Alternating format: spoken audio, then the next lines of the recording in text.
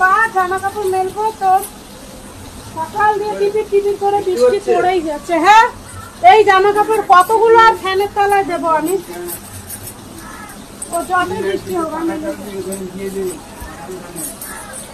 একদম আস্তে আস্তে ওরকমই হচ্ছে।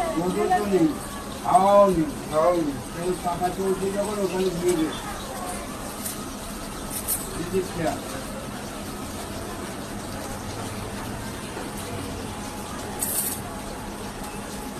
জ্বালাস না জ্বালাস না জ্বালাস না।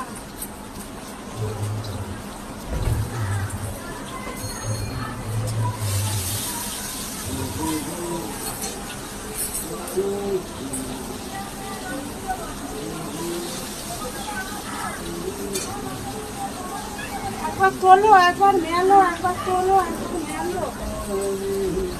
একা একা না এই জন্য ভালো লাগে না, সারাটা দিন শুধু কাজ।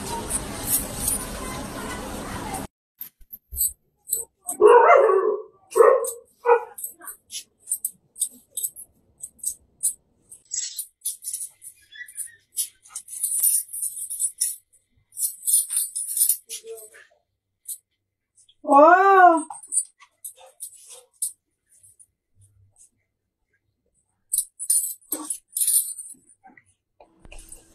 তো হ্যালো ফ্রেন্ডস, গুড মর্নিং।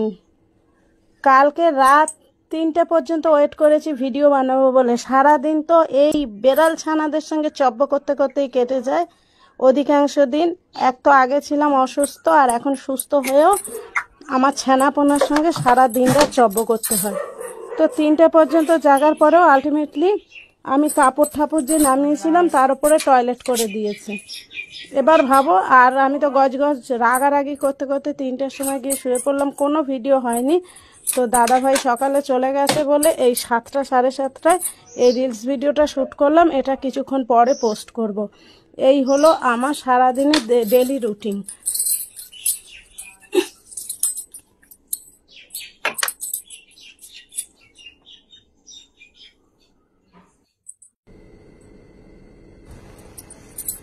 তো চলে এলো দুর্গাপুজো, চলে এলো কি আজকে তৃতীয়া।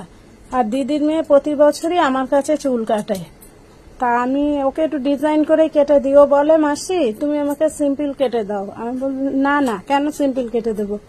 তো যাক গিয়ে আজকে অত সময় হয় না, যেহেতু অফিসে যায়। তো আজকে একটু সময় হয়েছে।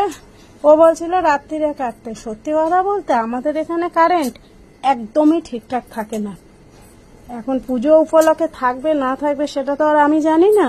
তাই জন্য ওকে বললাম যে অফিস যাওয়ার আগে একটু তাড়াতাড়ি উঠবি। আমি তো তাড়াতাড়ি উঠেই পড়ি, হয়তো ফোন টোন ঘাটি কাজ করি, তো সেটা রেখে আগে তো চুলটাই কেটে দেবো। তো চুলটা কাটতে কিন্তু একটু দেরি হয়ে গেছিল, একটু বেশি স্টাইলিস্ট করে কাটছিলাম। তো তোমরা না দেখবে তো চুল কাটাটা কেমন হয়েছে। আমি কিন্তু এসব চুল ঠুল কারোর কেটে দেই না, কিন্তু আমার কাটতে ভালো লাগে। কেউ বললে কাটতে ভালো লাগে, আর আমি কিন্তু ডিজাইন করে কাটতেও পারি। কিন্তু আমার ভয় লাগে, যেহেতু আমি মানে কখনো সেভাবে কাটিনি ঠাটিনি কারোর, সেই জন্য আমার একটু ভয় লাগে। তবু কিন্তু ওকে যে কটা বছরই কেটে দিয়েছি ওর ভালো লেগেছে। ইভেন ওর বন্ধুরাও বলেছে যে তুই কোথা দিয়ে চুল কাটিস। তো আমি ওকে বলেছি দুর্গাপুজোটা চলে যাক, মাস 2 যাবে, যে সময় শীতটা মাথায় টুপি টুপি পরবি। মানে বিকজ যদি ইনকেস চুল কাটাটা উল্টোপাল্টা হয়ে যায় তখন কিন্তু ওই রুমাল টুমালের ভেতরই মেকআপ হবে। ওকে আমি একবার ট্রাই করবো স্টেপ কাট কাটানোর। আই হোপ আমি পারবো, আমার উপর আমার কনফিডেন্স আছে। আমি সাজুগুজুর ব্যাপারে না প্রচুর অ্যাডভান্স। আমি নিজে চুলটা কাটতে পারি না, কিন্তু আমি অনেক রকম কিন্তু চুল স্টাইল করে বাঁধতে পারি। তো এখন ভালো লাগে না, সেটা আমার ব্যক্তিগত ব্যাপার, কেন ভালো লাগে না। আর এখন সাজাগোজার ইচ্ছাটাও আমার চলে গেছে। আমার সাজ বলতে ছিল চুলে স্টাইল করা, আর ওই কাজল ম্যাচিং করে জুতো আর শর্ট জামা। সত্যি কথা যেটা সেটাই বললাম, আমি বরাবরই আজও আমি শর্ট জিনিস পরতেই ভালোবাসি। কিন্তু কাপড় পরতে আমার ভীষণ ভালো লাগে। আমার হয়তো ক্যারি করতে সমস্যা হয়, আমার কেন সবারই, গরমে অতটা কমফোর্টেবল লাগে না কাপড়। বাট তখন নাইটিটাই ঠিক আছে। আমি কিন্তু নাইটি পরতে একেবারেই পছন্দ করি না। যেটা পরি সেটা জোর করেই পরি। আমার সবসময় শর্ট জামা, তারপরে হচ্ছে গিয়ে কাপড় পরতে ভালো লাগে, ভীষণই ভালো লাগে। ইভেন কাপড় পরলে একটা বউকে অনেক বেশি সুন্দর লাগে। তো এখন শীত আসছে, আমি ঠিক করেই নিয়েছি এখন থেকে কাপড় পরবো। তো ওকে আমি বলছিলাম যে চুল কাটাটা এই অবধি থাক, মোটামুটি একটা জায়গায় চলে এসছে। তোর আজকে অফিসে লেট হয়ে যাচ্ছে, তো তোকে যেভাবে কেটে দিয়েছে এটা কোনো খারাপ লাগছে না। কালকে ও বললো মাসি লেট হলে লেট হোক, আমি সেটা অফিসে এক্সকিউজ দেখিয়ে দেবো, বাট তুমি পুরোটাই কেটে দাও। তো কেটে দিলাম। নেক্সট দিন ওর চুলের কালারটা আমি করে দেবো। ও না কালার ভালো করতে পারে না।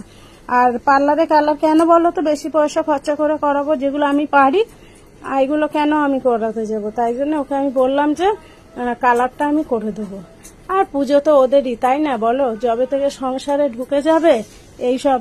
আর ও এমনিতেই ও সংসারী মেয়ে, সেটা নিয়ে কোনো চাপ নেই, কারণ আমার দিদি নেই। ও ভীষণই একটা ভালো মেয়ে। তো গিয়ে ওর চুলটা আমি কেটে দিচ্ছি। চুলটা কেটে দিয়ে তারপরে হচ্ছে গিয়ে আবার ঘরের কাজ করবো। আর অনেকদিন পরে তোমাদের দাদা ভাই আজকে কাজে বেরিয়েছে, তো সেই জন্য আমার কোনো চাপ নেই। তোমরা দেখে বলবে হ্যাঁ চুল কাটাটা কেমন হয়েছে। আমি তো আমার মতো করে, আমি কোনো পেশাদারিও না, কিছু না, বা মাসে এক আধবার কারোর কেটে দিচ্ছি এরমও না। এই বছরে একবার করে ওর চুলটাই কেটে দেই, বাট আমার চুল আর কাটা হয় না। কে কেটে দেবে? আর পার্লারে পয়সা খরচা করতে এখন একদমই ভালো লাগে না। আর এদিকে আমি চুল কাটছি, ও ওর বক্তব্য বলেই যাচ্ছে। ও প্রতিদিন অফিস থেকে এসে প্ল্যানিং করবে, মাসি এখানে ঠাকুর দেখতে যাব, বড় ভাইকে বলবে, আমার ছেলেকে কি এখানে যাব। আর ওর ছোট ভাই তো ঠাকুর থেকে দেখার লোকই না। আমাদের ছোট ছেলে আর আমরা দুজন হলাম একই ক্যাটাগরি। তোমার দাদা ভাই, আমার ছেলে, ও হলো একই ক্যাটাগরি। ঠিক আছে, তো ওরা এরকম এপাশ থেকে চুলটা এরকম লাগছে, বাট আমি একটু পরে এটাকে ঠিকও করে দেবো। দেখো একটা চুল কাটতে গেলে যারা একদম পেশাদারি তাদের বেশি সময় লাগে না, বাট আমাদের সময় লাগে একটু আর সুন্দর করে কাটার জন্য। তো বলেই যাচ্ছে, তো ওকে আমি বললাম দেখ আমি কি ঠাকুর দেখতে যাই, তুই তো ছোটবেলা থেকে জানিস। যদিও আমি একদিন যাই, সেটা আমি কি করি বাড়ির আশেপাশে। আমার এই ঠাকুর দেখার ব্যাপারে কোনো ইন্টারেস্ট ছিল না। হ্যাঁ গো সত্যি বলছি, দুর্গাপুজোর সময় না আমি বন্ধুদের সঙ্গে সিনেমা হলে গিয়ে সিনেমা দেখতাম, বাট আমার ওই ঠাকুর প্যান্ডেলে গিয়ে ঠাকুর দেখা মেন হচ্ছে ওই ভিড় আমি কোনো দিন পছন্দ করি না। আর আমার কাছে একটা দুটো দেখলেই ভালো লাগে, অনেক বেশি দেখতে আমার ভালোও লাগে না।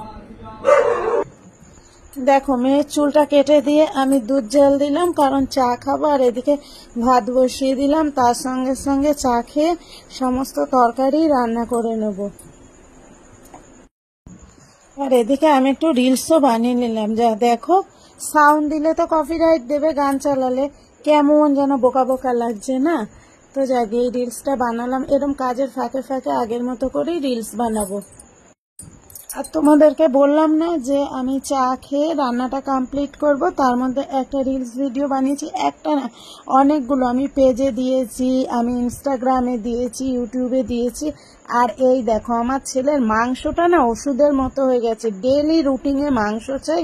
আর আমার হচ্ছে মাছ দিয়ে সর্ষে বাটা আর এই মুগ ডালটা গাঢ় গাঢ় করে একদম ভালো লাগে না খেতে, তারপরেও কি গাঢ় হয়ে গেছে দেখো, আমার তো ভালোই লাগছে না। তো এই হলো আমাদের দুপুরের রান্না। এই ছেলের মাংস খায় প্রতিদিন, আমার দেখলেও বিরক্ত লাগে, তাই অল্প অল্প করেই ওকে বানিয়ে দেই। কি হয়েছে?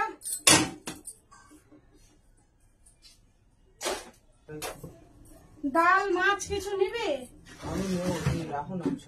না? তুমি নিলে হবে না, তোমার নেওয়ার সৌন্দর্য নেই। একটা মাছ দেয়,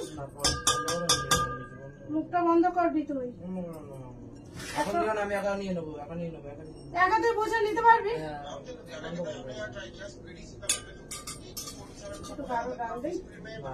দামটা কমাবি, তুই নিজে নিয়ে নিয়ে খা, আমি কাজ করে আসি।